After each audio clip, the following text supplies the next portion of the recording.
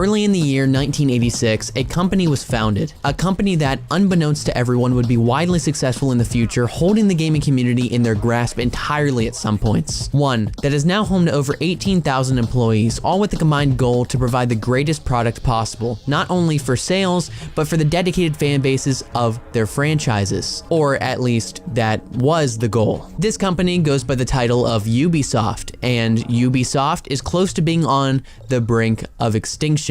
How did we get here? Well, the first few years of Ubisoft were a bit dry, struggling to compete with the booming industrial game developers Nintendo, Sega, and Atari, as the 80s were dominated mostly by them, and sole developers were constantly outshined. Nintendo, Sega, and Atari alike provided the most creative and quality-driven products, and also weren't only shipping out titles in their single countries which they made the games, like Ubisoft did in their founding country of France for the first 2 years. Not to mention, the team was small and full of a bunch of young adults who barely had a grasp on how to even make games yet, as it was still such a new concept. Nevertheless though, somehow, they made it work, becoming one of, if not the biggest gaming developer in France at the time, and finally selling their games in all markets come the 1990s. And boy, were the 90s even more successful, with them securing the Bomberman title under their belt, not to mention a Star Wars series for the Game Boy, with Indiana Jones and their first completely original franchise coming in the years that followed.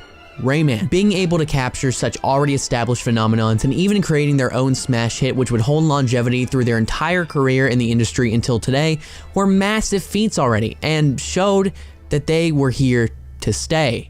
2000 put that fact in stone as they acquired the Tom Clancy franchise from Red Storm Entertainment, a company deviated from the author himself. Unknowingly to them, this franchise would be the spawn of some of their greatest games, and possibly some of the greatest games of all time, with the beginning of this reign already being started in 1998 with the original release of Rainbow Six, with Tom Clancy and Rayman being in their palms to do whatever they so pleased with, and the crossover games they continued to put out.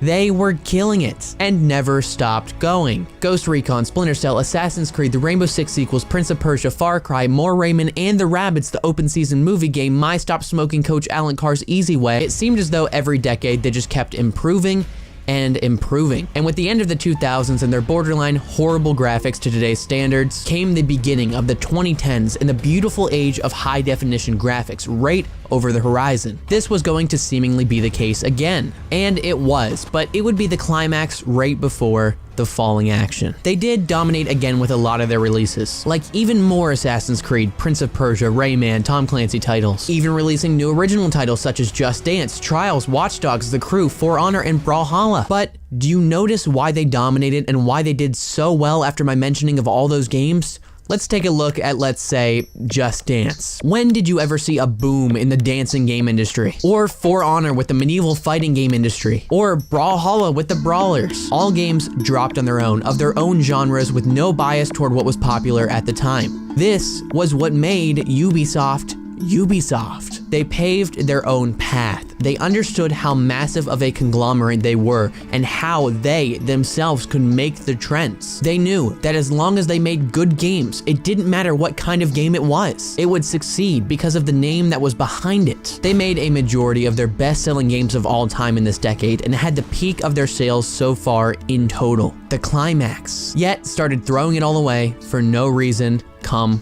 2020.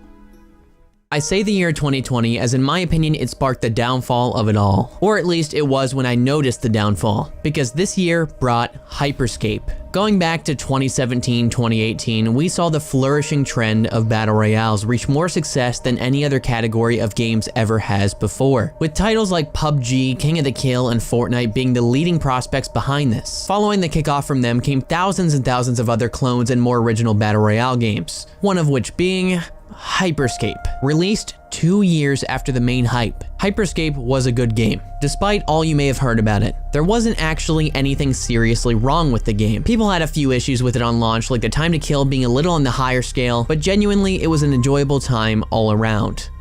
It died off in 3 days. Why? Well, the hype wasn't all gone for Battle Royales. Games like Apex Legends came out in early 2019 and had an insane player base at the time of Hyperscape's release. Even Warzone, only having been released a few months before Hyperscape, was dominating. The problem was the entire genre was at a decline at this time. The only reason these two games didn't fail right as they were dropped was because one was released by the makers of Titanfall with most of the same mechanics and guns the beloved game had, right on the tail end of the trend before it started a more heavy decline. And the other was Call of Duty. Once July of 2020 came around and Hyperscape got its release, there were already games implanted in this genre that weren't going to go away and no one could compete with anymore. It was the same problem with games like Darwin Project. While being a great game, it could never compete. It was just too small compared to the greats. Releases like this would have to have come in the midst of the hype to garner any sort of noticeable fan base. Otherwise, they were just going to be outshined, sort of like how Ubisoft was once already in the late 20th century. This was a trend followed too late, and it seemed out of character for them in general, as they never tried to make a game like it before. The fans of Far Cry, Siege, and The Division, for example, did not find that this catered to what they wanted. What they wanted was more massive AAA titles from the massive AAA loved all around